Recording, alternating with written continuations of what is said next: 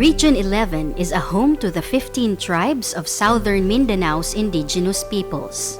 They are the Ata, Ata-Manobo, Blaan, Bagobo-Klata, Bagobo-Tagabawa, Dibabawon, Kalagan or Kagan, Mandaya, Manguangan, Manobo, Mansaka, Matigsalug, Obu-Manuvu, Sama and Tagakaulo. With almost 2 million hectares of vast lands, the region resembles images of life and hope. For the indigenous peoples, this life is a history of struggles, triumphs, and determination to always move forward. The National Commission on Indigenous Peoples, or NCIP, is a government institution mandated to uphold the rights of the indigenous peoples. In Region 11, the protection of these rights serves as the groundwork of NCIP's program implementation and day-to-day public service. It is bound to protect and promote the indigenous people's 4 bundles of rights, such as the rights to ancestral domains and lands, self-governance and empowerment, social justice and human rights, and the right to cultural integrity. Government and multi-agency initiatives for rights-based development of the indigenous peoples have always been challenged with the differences in culture and principles.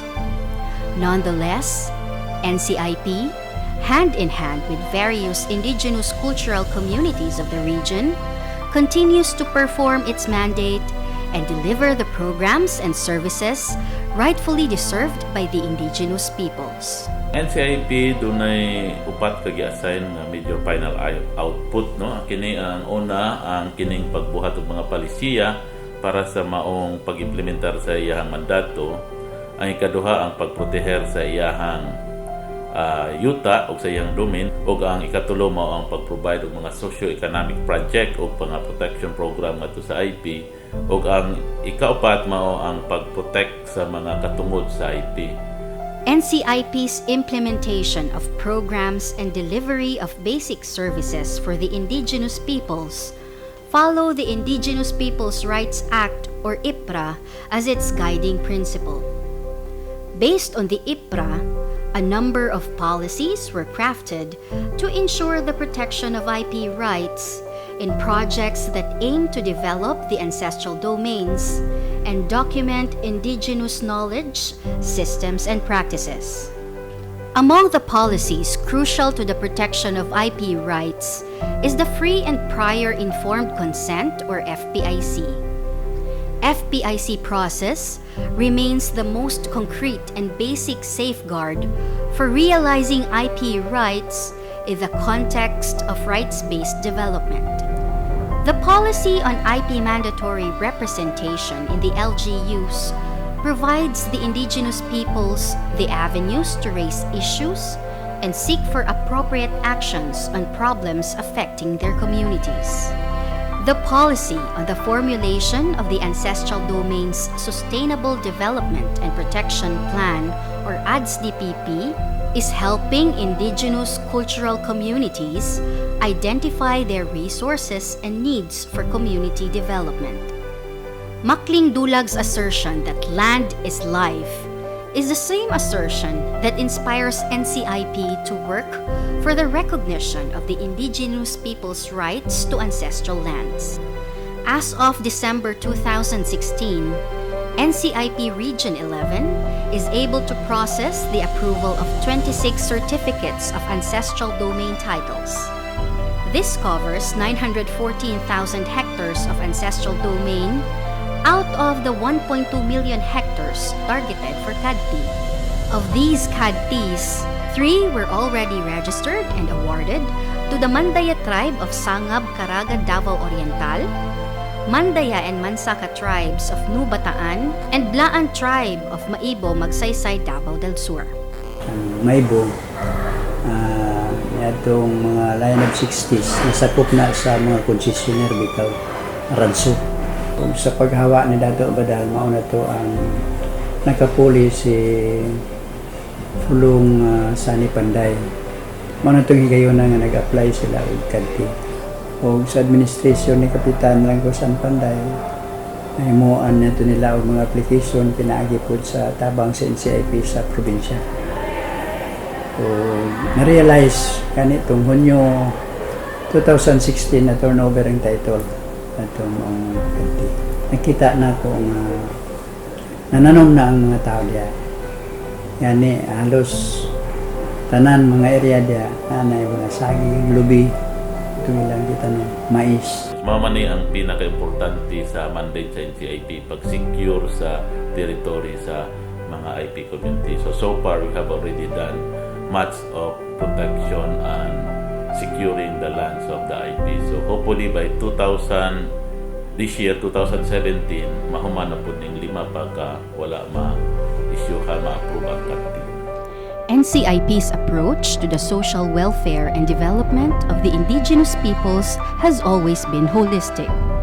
It recognizes the fact that the indigenous peoples' development as individuals and as community rely on their capacity to think and act sensibly.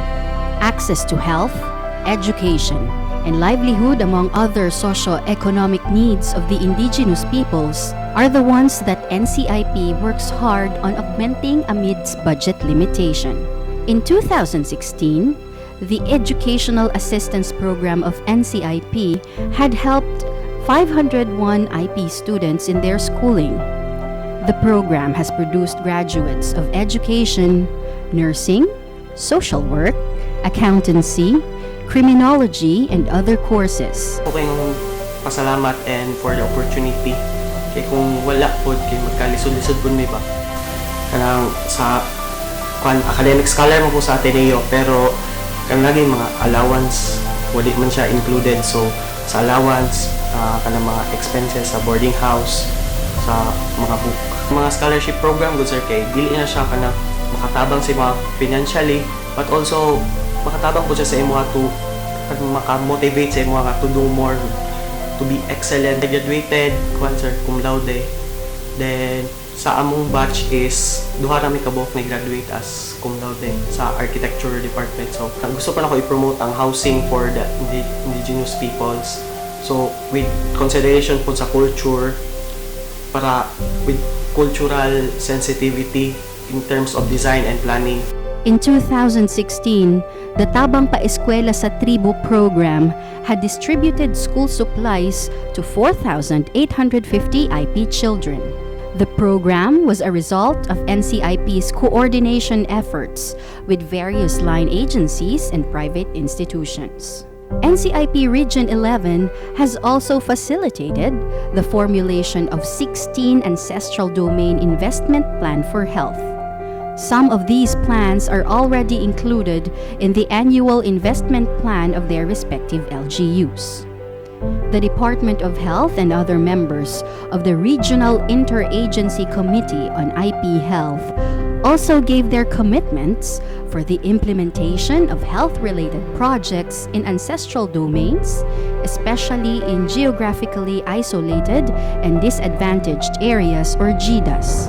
Recently, the Manual on the Formulation of the Ancestral Domain Investment Plan for Health, or ADIP, was approved and is now being used nationwide for the said purpose. IP Munchen Project Mindanao became instrumental in the realization of this manual. NCIP Region 11 also acted as a project management office of IP Munchen Project Mindanao. The project had forged multi-agency partnership in addressing health needs and concerns of the indigenous peoples. With support from the European Union, the project provided capacity building programs to IPOs, LGU health personnel, and NCIP. The project was also instrumental in the passage of Joint Memorandum Circular Number 2013-01, or the Guidelines on the Delivery of Basic Health Services for the Indigenous Peoples. We will prioritize the provision of health services among this group, and of course, prioritize their overall economic development.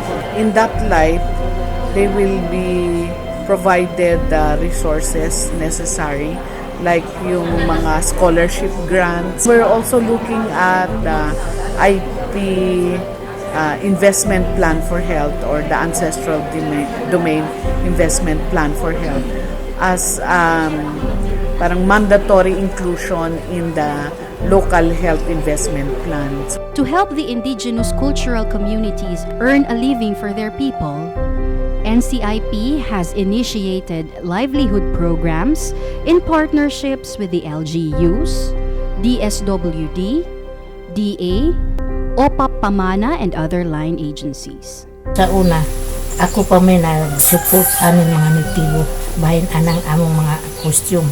So karon na kitaan sa NCIP na medyo kulang-kulang, sila yung nagsuporta sa among pagkakaroon. Lihatagan ni og budget na para anang mga costume o para anang mga beads. Mao na ang ila karon ug do na pod sila kanang kuan bitaw masin panahi. Sa akong pagtan-aw maayo man ang dagan sa paghimo hamos tayo sa Manobo. Bahin sa ako na dako pud ang nakatabang sa ako ani kay kanang akong makapalit pud nadlaw pud kog lugas unya makapagalon ko sa akong mga anak tungod ani nga akong pagpanahi aning kinabo. Kaning proyekto sa NCIP na ako gikay ni ikatabang kay ang mga batanon nga membro sa organisasyon sa youth is wala man giingon nga makapalit sila sinina nga sarili kung sila lang kinahanglan agyo suporta niya ilabi na sa mga estudyante nga nag-eskwela sa college nahatagan po sila kanang gamiton nila para sa kanang adlaw nga tingsuot nila sa kinaraan. NCIP also provides assistance in the civil registration of IPs. This is to make the IPs qualified beneficiaries of PhilHealth and other assistance programs of the government. In 2016, NCIP is able to facilitate 505 civil registration of IPs in the entire Region 11. Protection of the environment is also an utmost concern for NCIP.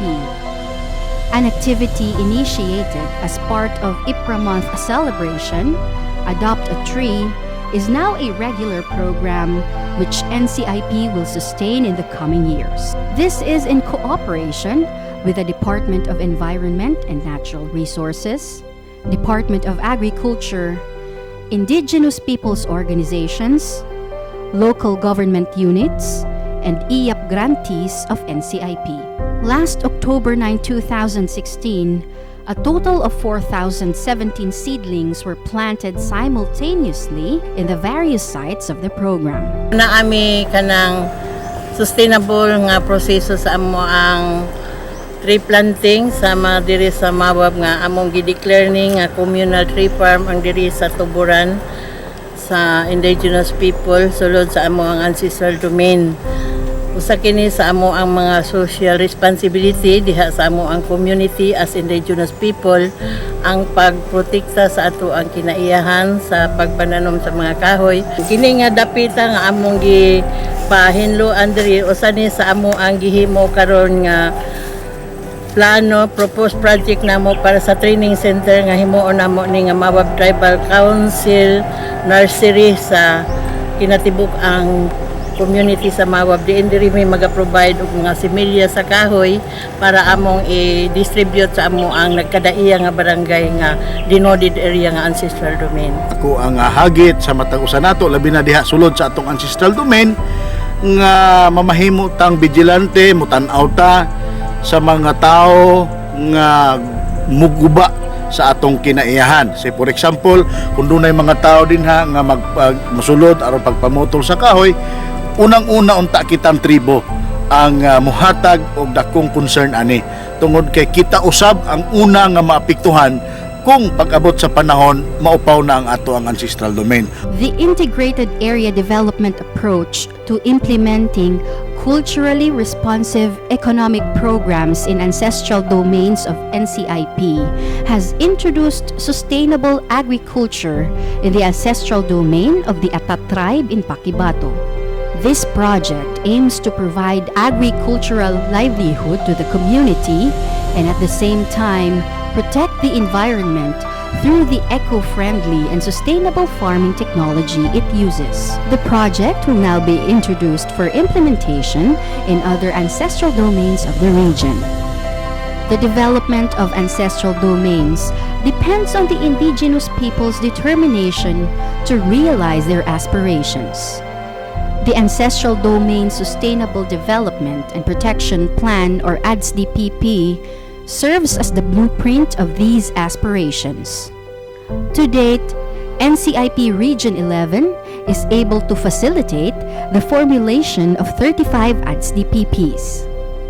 The core of NCIP's mandate is to protect the rights of the indigenous peoples. It is in this precept that NCIP ensures the protection of these rights through its legal services. For 2016, NCIP Region 11 facilitated civil, criminal, and labor cases involving indigenous peoples. The office also provides assistance to indigenous peoples' organizations, especially the women and the youth, in their activities and organizational development initiatives. The documentation of indigenous political structure, or IPS, of indigenous cultural communities is aimed at strengthening their communities in terms of protecting their ancestral domain, the people, their customary laws and systems of governance, their indigenous knowledge, systems and practices, or IKSP, and all the natural endowments therein for the use and reference of the present and future generations. To date, NCIP has facilitated the documentation of 11 IPS and 3 IKSP. In collaboration with DILG, NCIP was able to facilitate the seating of IPMRs. As of date, the region has 767 barangay IPMRs, 53 Sangguniang Bayan IPMRs, 6 city IPMRs, and a total of 6 provincial IPMRs. The partnership forged by NCIP Region 11 with various government and private entities has been significant in providing assistance to the indigenous cultural communities of the region. The city government of Davao, for instance, remains active in addressing legitimate concerns of the city's indigenous peoples. This commitment has been consistent since the leadership of then-Mayor Rodrigo Roa Duterte. NCIP Region 11 has also broadened its network through the projects it implemented with the Department of Health, United Nations and Population Fund, European Union, OPA Pamana, GIZ COSERAM, Red Plus Philippines Philippine Eagle Foundation, BUB DILG, and DSWD's MCCT for IPs. The responsibility to bring about rights-based development of the indigenous peoples is never easy. For instance, the necessity for the IPOs and IPMRs to be capacitated in terms of managing their ancestral domains remains significant. Financial and human resource of NCIP is limited when the situation to consider is its scope of work and areas of responsibility.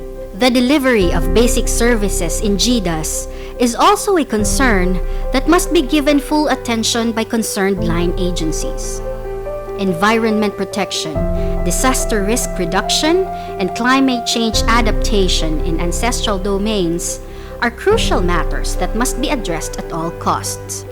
Peace and order situation in conflict areas within the ancestral domains is a continuing dilemma that affects the daily lives of the indigenous peoples.